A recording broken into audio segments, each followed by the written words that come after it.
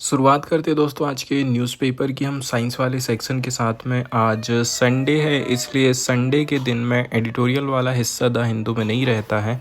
तो साइंस के जितने भी चैप्टर आए हैं आज उन सब को हम यहाँ पर डिस्कस करने वाले हैं। पहले नंबर का जो आर्टिकल यहाँ पर डिस्कस किया जाएगा ये पार्टिकुलरली टीबी की बीमारी को हम कैसे करके जल्दी से पहचान कर सकते हैं, क्योंकि यदि हम किसी भी बीमारी को ज़्यादा फैलने से पहले ही पता लगा लें तो उसको बेटर तरीके से हम लोग हैंडल कर पाएंगे। यही एक समस्या रहती है कि हम बीमारियों को जल्दी से पकड़ नहीं पाते। इसके लिए बहुत सारी अलग अलग मेथड्स हैं जिसके माध्यम से हम टीबी की बीमारी का पता लगाते हैं। लगातार इसमें रिसर्च जारी है और एक और रिसर्च सामने आई है। इसकी जांच के लिए डेवलप्ड की गई एक टेक्निक जिसका नाम है आरटी लैम्प एसे। इससे रिलेटेड ये न्यूज़ आर्टिकल है। देखिए, इसकी जो मेन खबर वो है कि त्रिवेंद्रम स्थित Shri Chitra Tirunal medical science and technology institute के रिसर्चर ने टीबी के अर्ली डायग्नोसिस के लिए, प्रारंभिक निदान के लिए एक कम लागत वाली मतलब सस्ती and real time lamp RT lamp testing develop की है और इसके ऊपर टेस्टिंग भी हो चुका है। इसकी कुछ की फीचर्स हम देखने वाले हैं आरटी लैम्प ऐसे के बारे में। तो जब भी हमसे पूछा जाएगा आरटी लैम्प ऐसे जो परीक्षण होता है वो कौन सी बीमारी से संबंधित है, तो इसका आंसर होगा टीबी की बीमारी। इसकी कुछ खास बात हैं जैसे कि मॉलिक्यूलर टेस्ट, मतलब जैसे कि जीन एक्सपर्ट और ट्रूनेट वैसे ही आरटी लैम्प भी डीएनए के लेवल पर काम करता है। और भी जो टेस्ट हैं जैसे कि जीन एक्सपर्ट, ट्रूनेट, ठीक उसी प्रकार से आरटी लैम्प भी डीएनए के लेवल पर काम करता है। सेंसिटिविटी और स्पेसिफिसिटी की बात करें तो दोनों में रिजल्ट हाई हमको मिलता है। फिर कम मात्रा में भी हम लोग जांच कर सकते हैं। टीबी डीएनए की केवल 10 कॉपीज़ पर माइक्रोलीटर की मौजूदगी में भी जांच कर सकता है। इसके अलावा यूज़ ऑफ डाई, पहले लैम्प टेक्निक में डाई का यूज़ नहीं होता था क्योंकि इससे फॉल्स निगेटिव्स हो सकते थे। अब SCTIMST ने साइटोसोला नामक फ्लोरोसेंट डाई का यूज़ करके इस समस्या को ख़त्म कर दिया। इसके बाद सिंगल टेम्परेचर पर ही ये काम करता है। RT-PCR की तरह 3 तापमान सेटिंग की हमें ज़रूरत नहीं पड़ती है। रिजल्ट हर मिनट पर नापे जा सकते हैं जिसको बोलते हैं रियल टाइम मॉनिटरिंग पॉसिबिलिटी। फिर जो ज़्यादा डिले हुआ करता था उसको हमने कम कर दिए। इसमें 6 प्राइमर का यूज़ होता है जबकि RT-PCR में 2 प्राइमर यूज़ करते हैं। इससे टेस्ट हमारा जल्दी हो जाता है, मतलब 10 से 20 मिनट में पॉजिटिव सैंपल का रिजल्ट हमको मिल जाएगा। 6वें नंबर की इसकी ख़ास बात यह है कि इसमें हम कोई प्रॉब यूज़ नहीं करे हैं, दुनिया भर के इक्विपमेंट हमने इसमें नहीं लगाए हैं, इसलिए इसकी लागत भी कम हो जाती है। डाई और प्राइमर जो यूज़ कर रहे हैं वो भी काफ़ी सस्ते हैं। इसके बाद टेस्टिंग एंड डाटा की यदि हम चर्चा करें तो देखिए 350 लोगों में ये टेस्टिंग करी गई थी। फिर तुलना किया जाता है MRS से, जीन एक्सपर्ट से, स्मीयर टेस्ट से। MRS मतलब microbiological reference standard and gene expert and smear test. Result कैसा रहा? सेंसिटिविटी इसकी रही 89%, स्पेसिफिसिटी इसकी रही 94.06% एंड जीन एक्सपर्ट से थोड़ी ज़्यादा इसकी कहना चाहिए दक्षता है, एफिशिएंसी है। कुछ विशेष फायदे की यदि हम चर्चा करें तो देखिए ओपन प्लेटफार्म सिस्टम, पहले से मौजूद RT-PCR मशीनों को रीप्रोग्राम करके एक टेम्परेचर पर चलाया जा सकता है। 96 से 384 टेस्ट एक साथ किए जा सकते हैं, मतलब हाई थ्रू आउट टेस्टिंग हो सकती है। फिर सरकारी ग्रांट्स, CDSCO से स्वीकृति, ICMR द्वारा मान्यता की प्रक्रिया अभी जारी है। WHO health technology access pool द्वारा इसका मूल्यांकन किया जा रहा है। इसके बाद सामाजिक और स्वास्थ्य नीति से संबंधित भी कुछ मुद्दा है। पॉलिसी रेलेवेंस की चर्चा करें। भारत में अब भी 79% टीबी मामलों में स्मीयर माइक्रोस्कोपी का यूज़ हो रहा है, जबकि सिर्फ 21% मॉलिक्यूलर टेस्ट के माध्यम से केस पता लगाए जा रहे हैं। 2023 तक मॉलिक्यूलर टेस्टिंग की सुविधा 5090 से बढ़कर के 6096 हो गई है, लेकिन ये नेशनल स्ट्रेटजिक प्लान 2017 से 25 के लक्ष्य से बहुत ज़्यादा हम पिछड़ चुके हैं। सेकंड वाला जो साइंस का आर्टिकल है दोस्तों, ये पार्टिकुलरली हमारे देश में रेनफॉल का जो पैटर्न है और उसमें जो चेंजेस हमको देखने को मिल रहे हैं, कहीं पर बहुत ज़्यादा वर्षा हो जाती है, कहीं पर सूखा जैसी कंडीशन आ जाती है। तो बाढ़ और सूखा दोनों एक साथ हमें देश में देखने को मिल रहे हैं। वर्षा के बारिश के पैटर्न को समझने की कोशिश करी गई है। इसके लिए अलग अलग टेक्नोलॉजी विकसित करी जा रही हैं कि हम पहले से ही पता लगा सकें कि आने वाले टाइम में बारिश का क्या पैटर्न रहने वाला है। ये अध्ययन भारत में रेनफॉल की मात्रा और समय में हुए भौगोलिक चेंजेस, एस्पाइटियल ट्रेंड्स को बताता है, जो कि 2011 से 20 और 2001 से 10 के दशकों की तुलना में किया गया। मतलब सन 2000 से लेकर के 10 साल, उसके बाद के 10 साल, 10-10 साल में हमने टाइम पीरियड को बांट दिए हैं। अब इसकी कुछ की फाइंडिंग्स निकल कर के सामने आई हैं, जिससे पता चलता है अध्ययन का स्रोत और डेटा की हम चर्चा कर रहे हैं। मतलब स्टडी का सोर्सेस एंड डेटा। ये अध्ययन जियोफिजिकल रिसर्च लेटर्स में 17 मार्च 2025 को प्रकाशित हुआ। उपयोग किया गया डेटा, किसका किसका यूज़ किए हमने, कहाँ कहाँ से जानकारी उठाए हैं।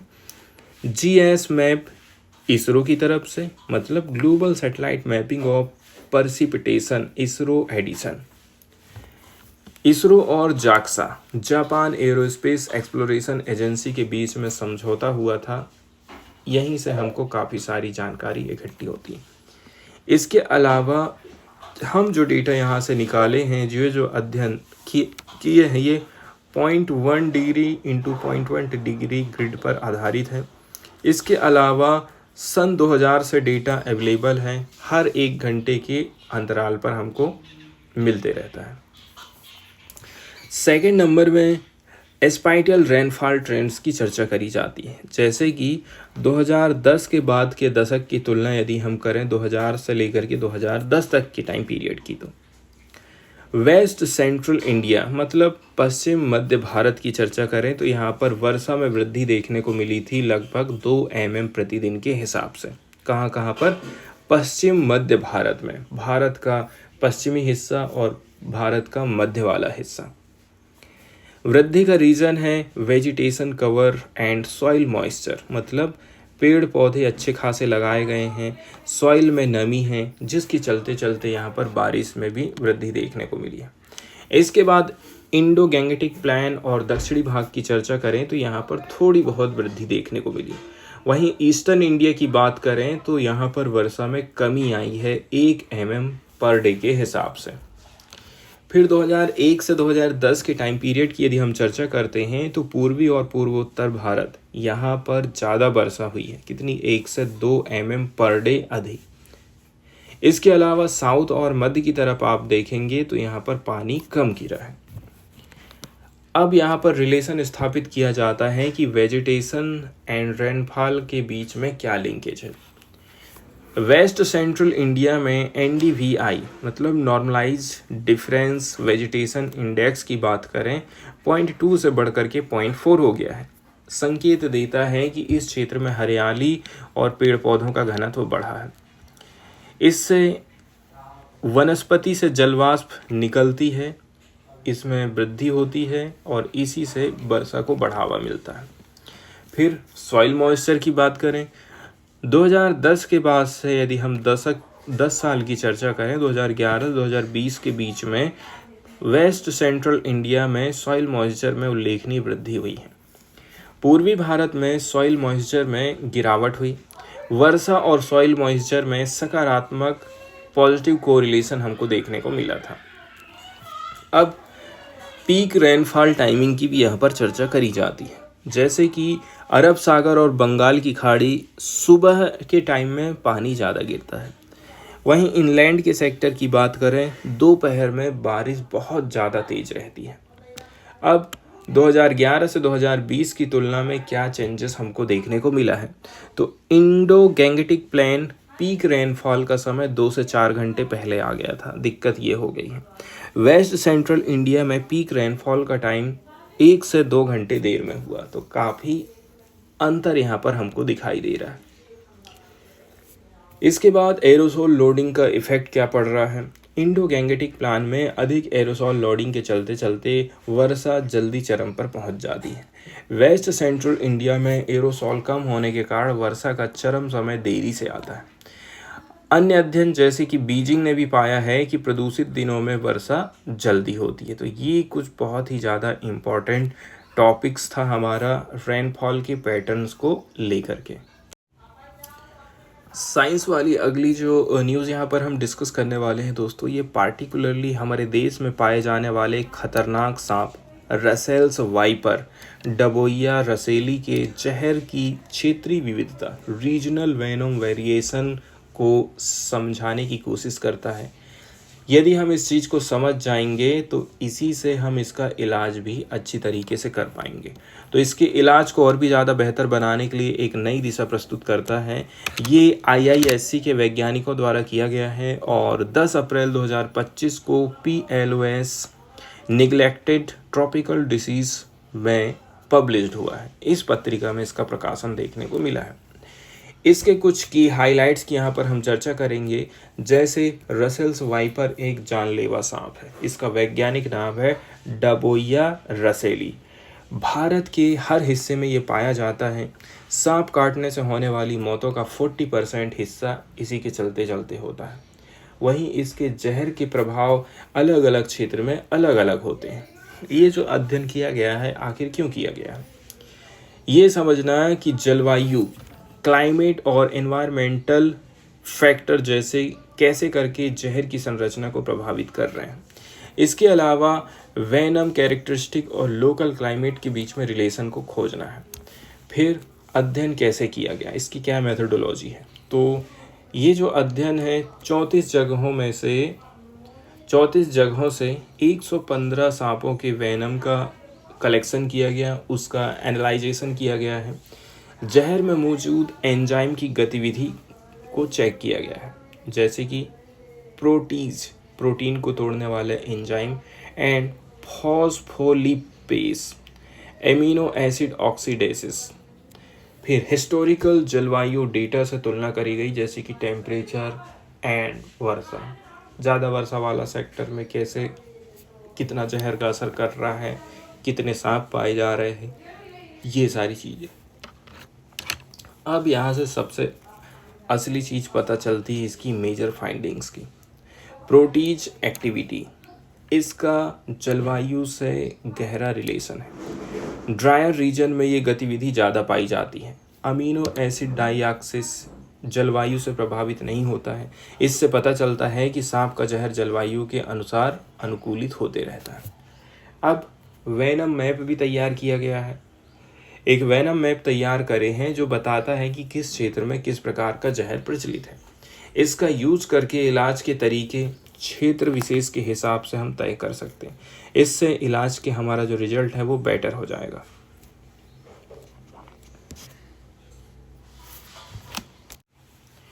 नेक्स्ट वाली जो रिसर्च सामने आई है साइंस की, ये पार्टिकुलरली हमारी नींद से जुड़ी हुई है।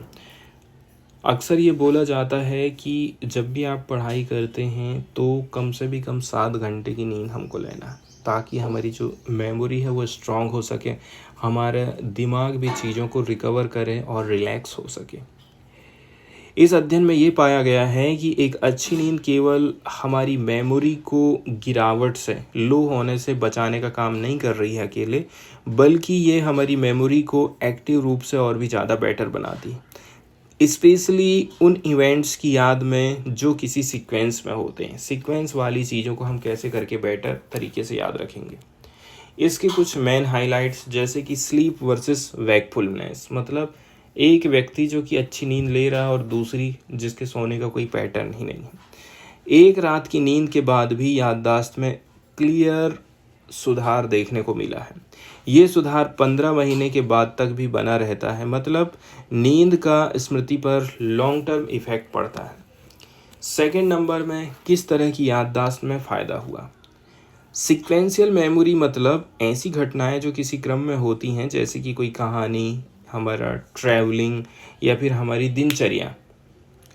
भले ही समय के साथ घटनाओं का डिटेल्स फीके पड़ जाता है, लेकिन उनका क्रम नींद की वजह से बेहतर तरीके से याद रहता है। अब डीप स्लीप मतलब स्लो वेव स्लीप का महत्व। गहरी नींद स्पेशली हमारी माइंड की स्मृति के सीक्वेंशियल स्ट्रक्चर को बनाए रखने में सहायक है। इसका संबंध उन चेंजेस से है जो कि डिमेंशिया से पीड़ित लोगों की स्मृति में देखे जाते हैं। तो ये सारी चीज़ें जो है हमारे GS3, GS2 एंड इसके अलावा मानव व्यवहार मनोविज्ञान की बात करें, ये हमारा जो वैकल्पिक सब्जेक्ट रहता है एथिक्स का, मनोविज्ञान का निबंध राइटिंग वाला, उससे रिलेटेड है।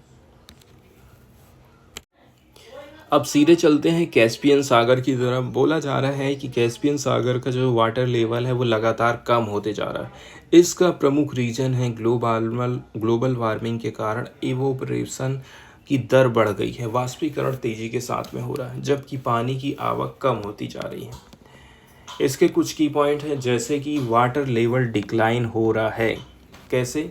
अगर ग्लोबल वार्मिंग को 2 डिग्री सेंटीग्रेड के भीतर भी सीमित कर देंगे तब भी 5 से 10 मीटर तक जल स्तर गिर सकता है। यदि तापमान 2 डिग्री से ज़्यादा बढ़ जाएगा तो 2100 तक जल स्तर में 100 मीटर तक की गिरावट संभव है। इसके बाद इकोलॉजिकल इम्पैक्ट की यदि हम चर्चा करें तो कैस्पियन सील्स, ठीक है, तो जो कैस्पियन में पाई जाने वाली सील होती हैं, सील समुद्री जीव हैं, इसकी जो प्रजनन कैपेसिटी है इसके ऊपर बुरा असर पड़ने वाला है, क्योंकि उनका ब्रीडिंग हैबिटेट कम हो जाएगा। स्टुर्जियंस मछली की एक महत्वपूर्ण प्रजाति है, इसके लिए नदियों में जाने का रास्ता भी बाधित हो जाएगा, जिससे उनके स्पॉविंग में भी असर पड़ने वाला है। कोस्टल लैगून्स भी विलुप्त हो सकती हैं, इतना सारा असर पड़ने वाला है। अगली जो खबर हम डिस्कस करने वाले हैं दोस्तों, ये जब बच्चा जन्म लेता है, जब बच्चा माता के गर्भ में रहता है और उसका जो प्रारंभिक टाइम पीरियड होता है, ठीक है, जब से बच्चे का विकास चालू होता है, 1 मंथ, महीने, वीक में उस चीज़ को, वृद्धि को देखा जाता है। तो ये अध्ययन बताता है कि मानव भ्रूण के पहले कुछ दिन, जिन्हें प्री इम्प्लांटेशन स्टेज बोला जाता है, बच्चे के जीवन, गर्भाशय में उसका इम्प्लांटेशन और बच्चे के टिश्यूज़ के डेवलपमेंट के लिए बहुत महत्वपूर्ण होते हैं। इसके कुछ की पॉइंट्स आए हैं, जैसे कि प्री इम्प्लांटेशन फेज़ की बात करें, भ्रूण में पहली कोशिकाएं बनती हैं, फर्स्ट सेल्स बन रही हैं। भ्रूण मतलब जो एम्ब्रियो होता है, गर्भाशय होता है, उसकी हम चर्चा कर रहे हैं। ये कोशिकाएं ये बताती हैं कि बच्चा जीवित रहेगा या नहीं रहेगा। साथ ही साथ ये गर्भाशय में सफलतापूर्वक इम्प्लांट करेगा या नहीं, इस चीज़ को बताता है। और भ्रूण के अलग अलग टिश्यूज़ कैसे डेवलप होंगे, इस चीज़ का हमको पता चल सकता है आरंभिक स्टेज में। अब ह्यूमन एम्ब्रियो पर रिसर्च की कुछ लिमिटेशन है, जैसे लॉजिस्टिकल, एथिकल और लीगल, जिसके चलते चलते ह्यूमन एम्ब्रियो पर डायरेक्ट अध्ययन हम नहीं कर पाते। गिनी पिग्स के ऊपर यह अध्ययन किया गया है। शोध में पाया गया है कि गिनी पिग एक सटीक और भरोसेमंद मॉडल है जो ह्यूमन एम्ब्रियो के प्रारंभिक डेवलपमेंट को समझने में सहायक है। ये ह्यूमन एम्ब्रियोजेनेसिस को बेहतर तरीके से समझने के लिए एक छोटा सा जानवर मॉडल हमको प्रोवाइड करता है। इसके बाद न्यूज़ वाले सेक्शन की तरफ यदि हम जाते हैं तो एक जो न्यूज़ आई है ये पार्टिकुलरली आर्टिकल 200 से रिलेटेड है। इसका मतलब ये है, विधानसभा से जब कोई विधेयक भेजा जा रहा है राज्यपाल के पास उसकी सहमति के लिए।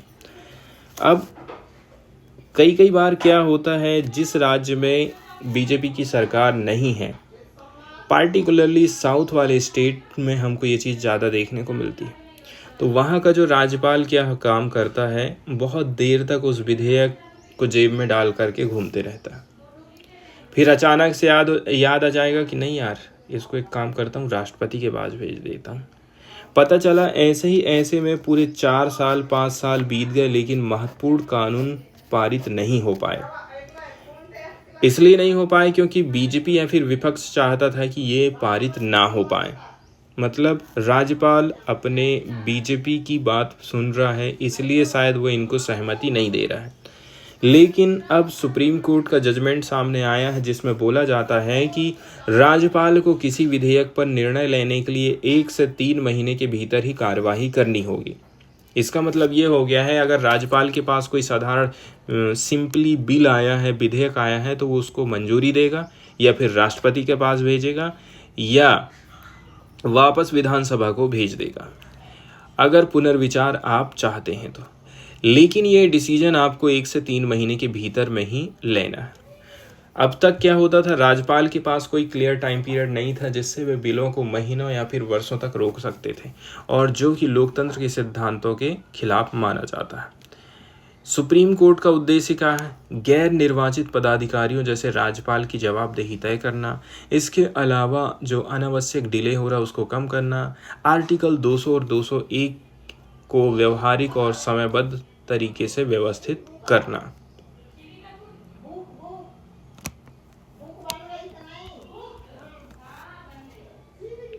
तो देखिए, जैसे ही सुप्रीम कोर्ट ने ये बोला कि आपने बहुत सा टाइम पीरियड तक कानूनों को, विधेयक को अपने पास दबा के रखा था, इसके बाद आपको याद आया कि आपने राष्ट्रपति के पास भेजना है। आप क्या चाहते हैं कि राष्ट्रपति उनको सहमति ना दे? ये जितने भी आपने दबा के रखे हो ये सारे के सारे पास माने जाएंगे। तो ये एक ऐतिहासिक फैसला माना जा रहा है। तमिलनाडु सरकार द्वारा 2 बार पारित किए गए बिलों को राज्यपाल ने राष्ट्रपति को भेज दिया था। सुप्रीम कोर्ट ने बोला है ये बिल डीम्ड एसेंट के अंतर्गत माने जाएंगे, मतलब मान लिया जाएगा कि राष्ट्रपति की स्वीकृति मिल चुकी है।